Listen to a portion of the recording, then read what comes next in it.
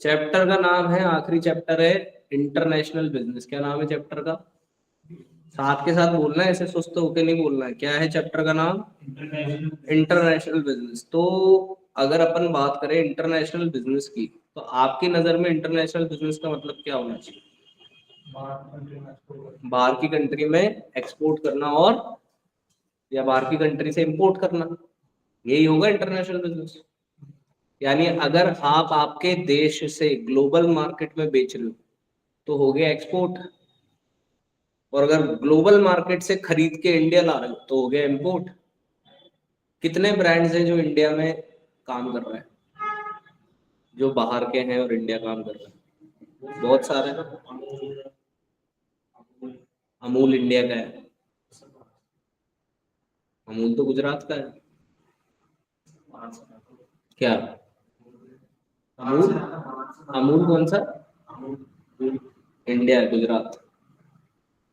Puma कहाँ का है? बाहर का है। बाहर से आप अगर पूमा के जूते खरीद के यहाँ लाओ और यहाँ बेचो तो क्या होगा? इंपोर्ट होगा। पूमा के अलावा और एडिडास बाहर का। इंडिया की मिर्च दुबई भेज रहे हैं तो ये क्या हो गया? ये एक्सपोर्ट हो गया। अब इनके बीच में एक और चीज आ सकती है, इंटरपोर्ट। कहीं और से मंगाते हैं फिर उसको कहीं और बेच देते हैं। चाइना से मंगाया, इंपोर्ट किया, और फिर उसको कहाँ बेच दिया? अमेरिका बेच दिया। ये इंटरपोर्ट। वैसे कॉमनली तो दो ही वर्ड है, एक्सपोर्ट और इंपोर्ट। अगर आपसे कोई बोलता है व्हाट इज इंटरनेशनल बिजनेस, तो जब हम हमारी डोमेस्टिक टेरिटरी के बाहर खरीद करते हैं या बेच करते हैं तो वो इंटरनेशनल बिजनेस है। अब आप मुझे बताओ किसी नेशन को क्या फायदा है आज अगर हमारा नेशन मतलब इंटरनेशनल बिजनेस करता है, तो फायदे क्या है?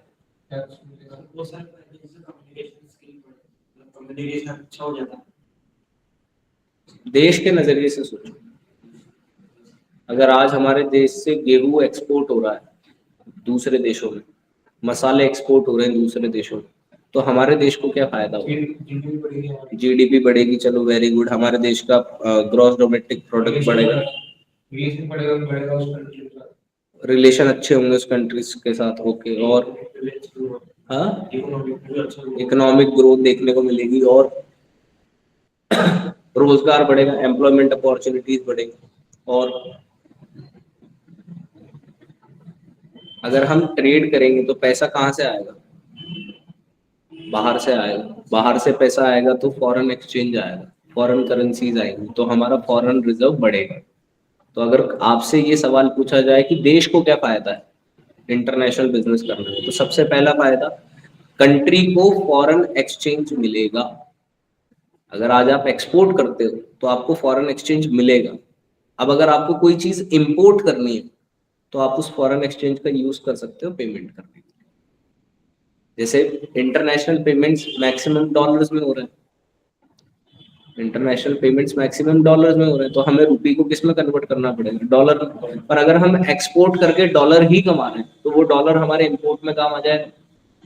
अच्छा, दूसरा फायदा, हम हमारा जो सरप्लस प्रोडक्शन है, भाई हमने हमारा तो इस्तेमाल कर लिया, जो प्रोड्यूस किया हमने तो इस्तेमाल कर लिया। अगर हम और अच्छे से मेहनत करें, एफिशिएंटली मेहनत करें, तो हमारे पास जो एक्स्ट्रा सरप्लस बच रहा है वो हम दूसरे देशों को दे सकते हैं जिनके पास उस चीज की क्या है? कमी है। और ऐसे दूसरे देश भी हमारे साथ करेंगे। भाई उन्होंने खुद की खपत पूरी कर ली, उसके बाद उनको ज्यादा बच रहा है तो वो बाहर एक्सपोर्ट करें। तीसरा, जब आप एक्सपोर्ट करोगे तो आपका देश ग्रो करेगा क्योंकि आपके पास फॉरेन रिजर्व्स आ रहे हैं, और साथ ही साथ आपके देश में आप एम्प्लॉयमेंट अपॉर्चुनिटीज भी क्रिएट करोगे। आज एक्सपोर्ट में कंटेनर लगेगा, शिपमेंट लगेगा, ट्रांसपोर्ट होगा, डॉक्यूमेंटेशन प्रोसेस होगा, तो कितने लोगों को काम मिलेगा? बहुत सारे लोगों को काम मिलेगा। और इंटरनेशनल बिजनेस करने से हम लोगों का स्टैंडर्ड ऑफ लिविंग भी सुधार सकता है। अच्छी क्वालिटी का माल हमारे देश में आए, वर्ल्ड लेवल के, कम्युनिटी के लेवल पे हम प्रोडक्ट्स को यूज करें, तो हमारा स्टैंडर्ड ऑफ लिविंग भी सुधरेगा। ठीक है। अच्छा, जो फर्म है या जो बिजनेस है उसको क्या बेनिफिट होगा? डोमेस्टिक मार्केट में तो कीमत कम है। आप नीम का दातून कितने रुपए में खरीद लो? 10 रुपए में। 10 रुपए भी क्यों खर्च करने, नीम के पेड़ पे जाऊंगा, डंडी तोड़ूंगा, बन गया दातून, दातून कर लूंगा। पर अगर आप उसी को एक्सपोर्ट करो तो $50 का पैकेट बिक रहा है। $50 इंटू 80 भी अगर अपन इंडियन करेंसी में पकड़े तो कितने हो गए? 4,000 रुपये हो गए एक पैकेट। तो जहां आपको लोकल मार्केट कुछ नहीं दे रहा, वहां आपको इंटरनेशनल मार्केट उसी चीज के कितने दे रहा है? 4,000 रुपये दे रहा है। तो आप ज्यादा प्रॉफिट बना सकते हो, पहला फायदा ये। दूसरा, आप आपकी जो प्रोडक्शन कैपेसिटी है, जो इंडिया में डोमेस्टिक यूज हो रही है, उससे ज्यादा अगर प्रोड्यूस कर रहे हो तो आप उसको बाहर बेचो, इससे आप प्रॉफिटेबिलिटी बढ़ाओ। और आपके देश में तो कंपटीशन है, डिमांड बटी हुई है। आज कोटा में इतनी सारी कोचिंग है कि एक बच्चा 20 कोचिंग के ऑप्शंस है उसके पास। अगर सारा बच्चा एक ही कोचिंग के पास आए तो समस्या खत्म होगी, वही बिजनेस ग्रो करेगा। पर अब अगर वो बच्चा अलग अलग कोचिंगों पे जाके बैठ गया तो मार्केट बिखर गया, सबके पास छोटे छोटे अमाउंट में। तो आप बाहर बेचो, अंडर डेवलप्ड कंट्रीज में बेचो या डेवलपिंग कंट्रीज में बेचो, वो भी ग्रो करे आपके प्रोडक्ट से। और डोमेस्टिक मार्केट में कंपटीशन है तो इंटरनेशनलाइजेशन करने से आप ग्रोथ अचीव कर सकते हो। तो फार्म के लिए टोटल कितने बेनिफिट हुए? 4। सबसे पहला, डोमेस्टिक मार्केट में अगर कीमत कम मिल रही है, इंटरनेशनल में आप उससे ज्यादा कमा सकते हो। दूसरा, आपकी सरप्लस प्रोडक्शन कैपेसिटी, जो आपके पास एक्सेस पड़ा हुआ है, जिसको आप कह रहे हो यार ये तो बिक ही नहीं रहा, आप उस चीज को इंटरनेशनल बेच के आपकी प्रॉफिटेबिलिटी सुधार सकते हो। तीसरा, ऐसी कंट्री अगर आपके देश में आपके प्रोडक्ट की डिमांड सैचुरेटेड है, भाई मसाले तो सब बेच रहे हैं, मैं बाहर बेचूं तो मैं ग्रोथ भी कर सकता हूँ उसी चीज में, उसी सेगमेंट में। और चौथा, डोमेस्टिक मार्केट में कंपटीशन ज्यादा है, अगर मैं इंटरनेशनल कंपटीशन में टैप इन करूं तो मैं ग्रोथ के साथ आगे बढ़ सकता हूं। अब एक्सपोर्ट ट्रेड क्यों करना चाहिए, इसका क्या मतलब है, इसके क्या ऑब्जेक्टिव है, उस पर बात करते हैं।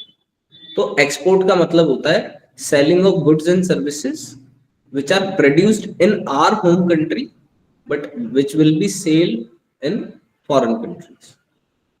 बना हमारे देश में रहे हैं पर बेच विदेश में रहे। हमारी डोमेस्टिक टेरिटरी में हम प्रोड्यूस कर रहे हैं पर सेल कहाँ कर रहे हैं? फॉरेन कंट्रीज में कर रहे हैं, हमारी डोमेस्टिक बाउंड्री के बाहर कर रहे हैं, तो ये एक्सपोर्ट हो गया। अब अगर आप एक्सपोर्ट करोगे तो पहली चीज, या तो आपके देश की खपत पूरी हो गई, सरप्लस बच रहा है इसलिए आप बाहर बेच रहे हो, तो पहला ऑब्जेक्टिव सरप्लस गुड्स को बाहर बेचो, जो ज्यादा बन रहा है उसे बाहर बेचो। दूसरा ऑब्जेक्टिव, अपने रिसोर्सेस को अच्छे से इस्तेमाल करो, यूटिलाइजेशन करो, बेटर यूटिलाइजेशन ऑफ रिसोर्सेस। जो चीज यहाँ 10 की बिक्री है, अगर वो वहां $10 में बिकेगी तो यहाँ पे आपने 10 रुपए कमाए, वहां तो आपने 800 रुपए कमाए। तो रिसोर्सेस को सही से करो। तीसरा ऑब्जेक्टिव, फॉरेन एक्सचेंज कमाओ। भाई हम तो उस फॉरेन एक्सचेंज को किस में कन्वर्ट करेंगे? इंडियन रुपए में कन्वर्ट कर लेंगे। वो फॉरेन एक्सचेंज किसके पास जाएगा? रिजर्व बैंक ऑफ इंडिया के पास जाएगा, तो हमारे देश का फॉरेन रिजर्व बढ़ेगा और हमारी नेशनल इनकम भी बढ़ेगी। अगर हम एज अ नेशन बात करें तो हमारे देश की इनकम भी बढ़ेगी, जैसे दिलीप ने कहा जीडीपी ग्रो कर रहा है, एम्प्लॉयमेंट अपॉर्चुनिटी भी देंगे और सरकार का रेवेन्यू भी बढ़ाएंगे। तो एक्सपोर्ट का प्रोसेस कैसे होता है उसको समझते हैं। सबसे पहले हमें इंक्वायरी की रिसिप्ट आएगी, यार भैया आपके पास गोबर है क्या?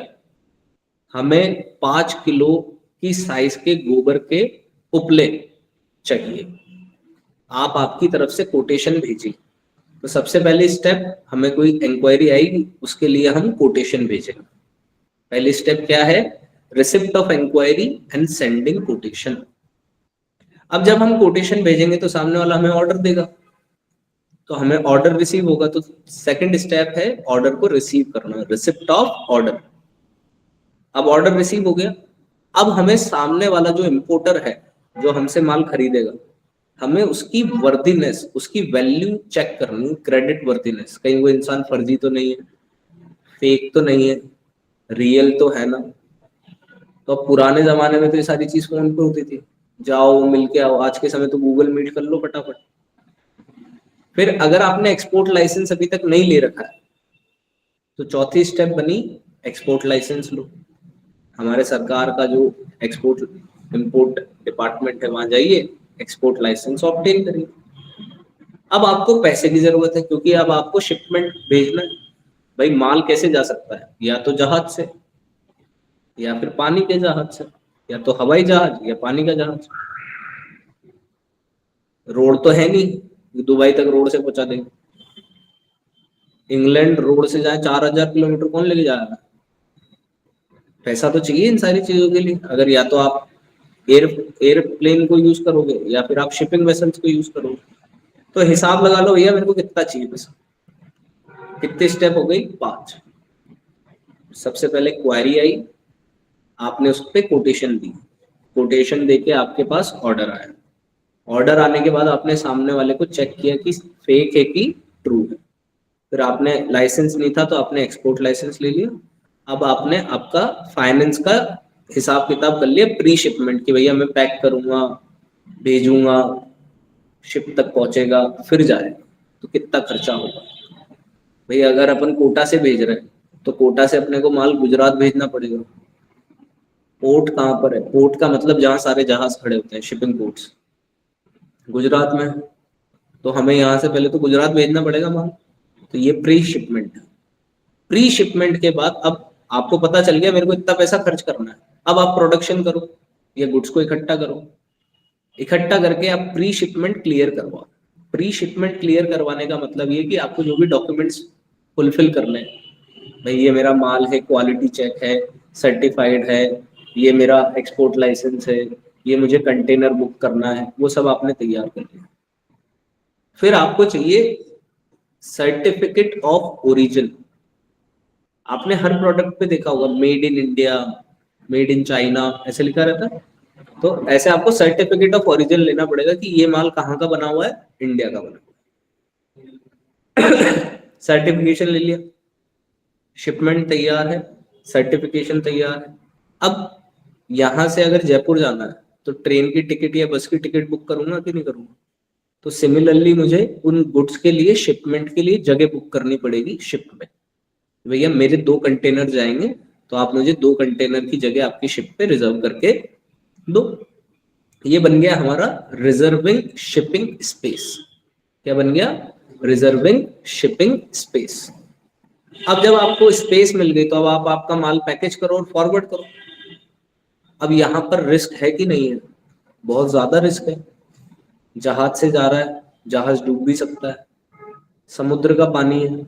अब अगर मैं लेदर की गुड्स बेच रहा हूँ, अगर उस पर समुद्र के पानी का मॉइस्चर आ गया तो लेदर तो खराब हो जाएगा, जब तक माल पहुंचेगा सड़ जाएगा प्रोडक्ट तो मेरा। तो मैं मेरे प्रोडक्ट का कराऊंगा इंश्योरेंस। क्या कराऊंगा, इंश्योरेंस। इंश्योरेंस कर लिया। अब इसके बाद एक डिपार्टमेंट है जिसको हम बुलाते हैं कस्टम डिपार्टमेंट। ये देखता है एक्सपोर्ट और इम्पोर्ट, और यहाँ पर जो टैक्स लगता है उसको बुलाते हैं कस्टम ड्यूटी।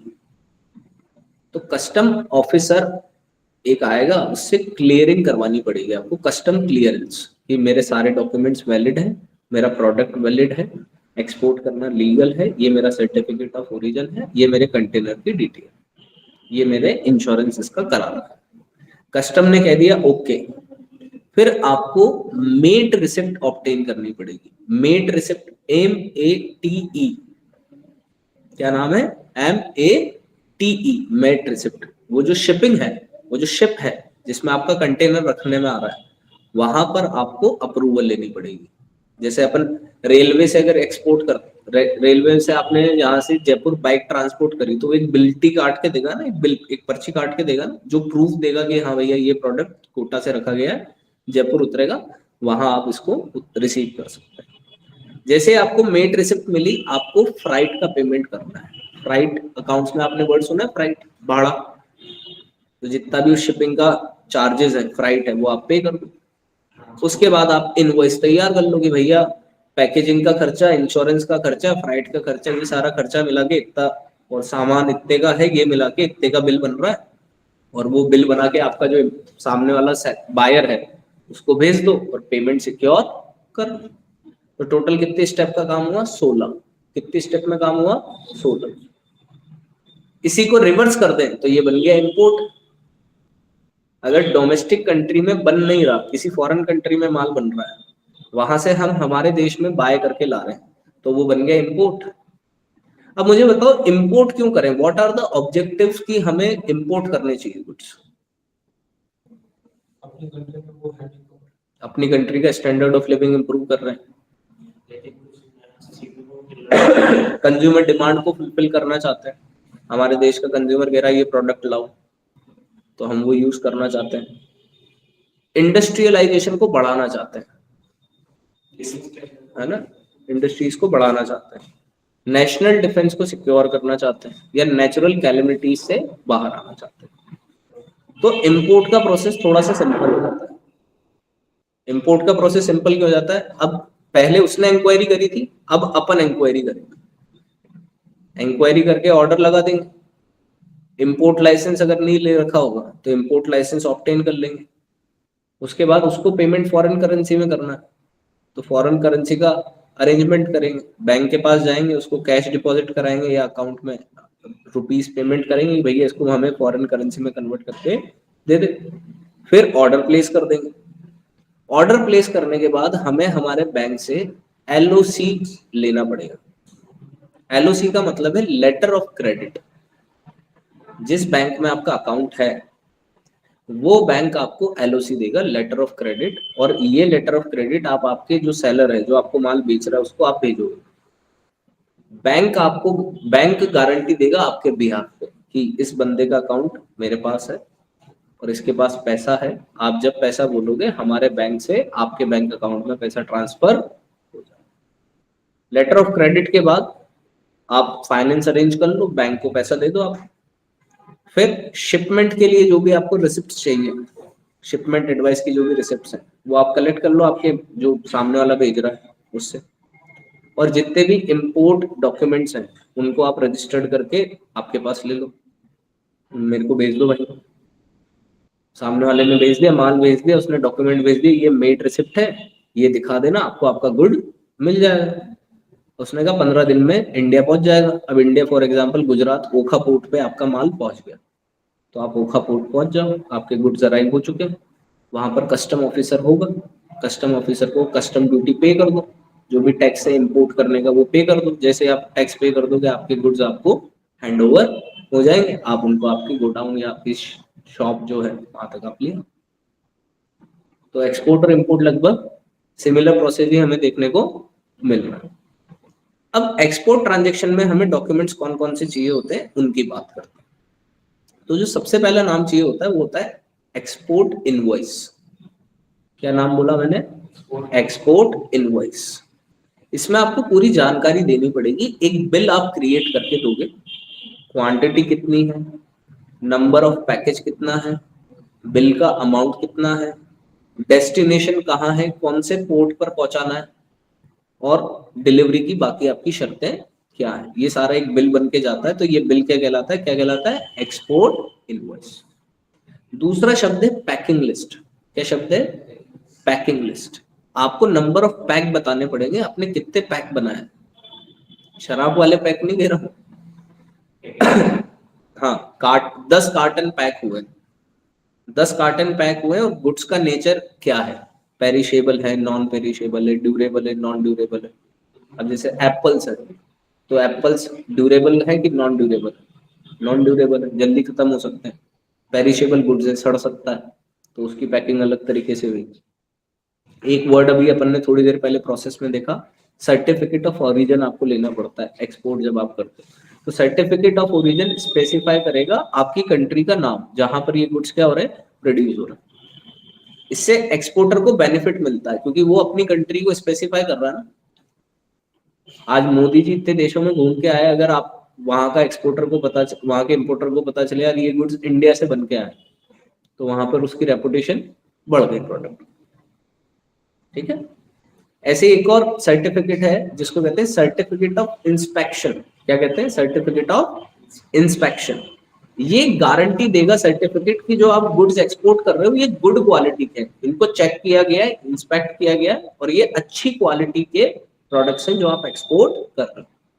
ये सर्टिफिकेट आपको गवर्नमेंट ऑथोराइज्ड एजेंसी से मिलता है। अपने यहाँ पर है export inspection council of India. कौन है अपने यहाँ पे authority? Export inspection council of India, EICI। Clear है? कोई दिक्कत यहाँ तक? क्लियर है? चलो, जब आप शिपमेंट कर रहे थे तो हमने कुछ वर्ड बोले थे, जैसे मेट रिसिप्ट, मैंने एक वर्ड बोला था।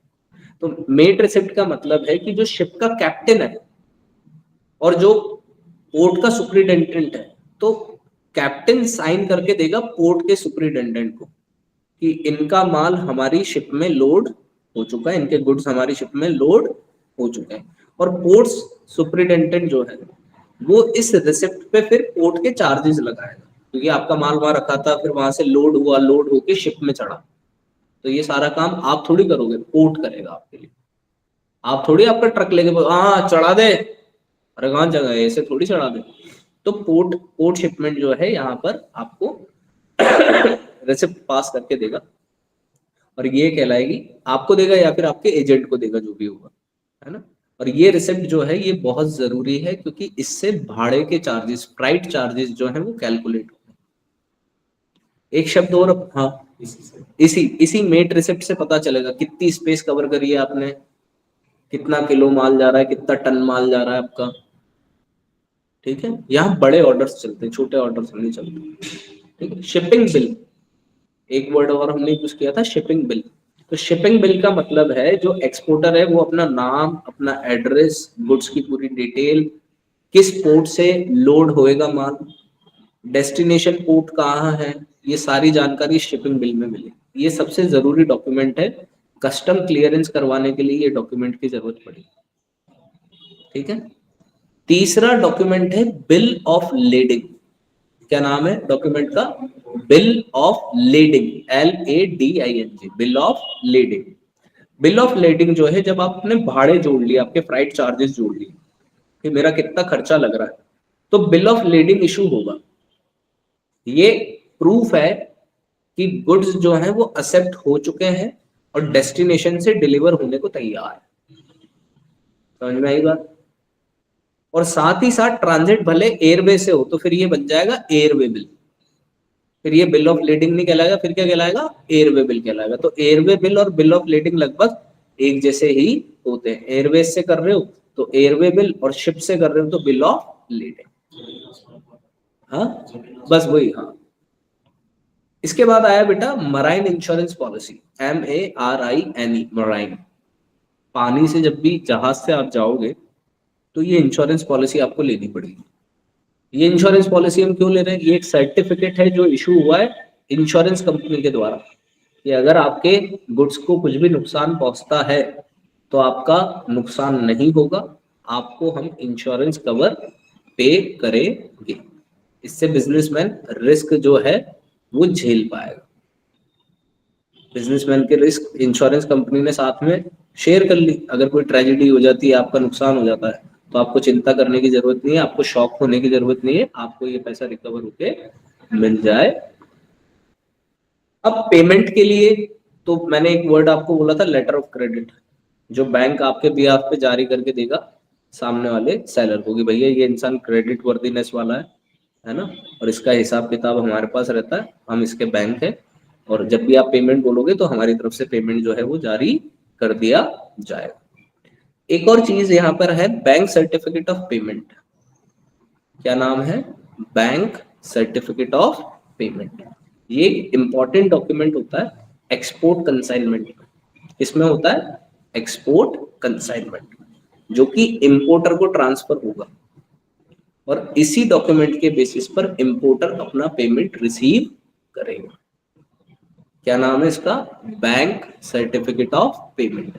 यानी बैंक ने पेमेंट सर्टिफाई कर दिया है।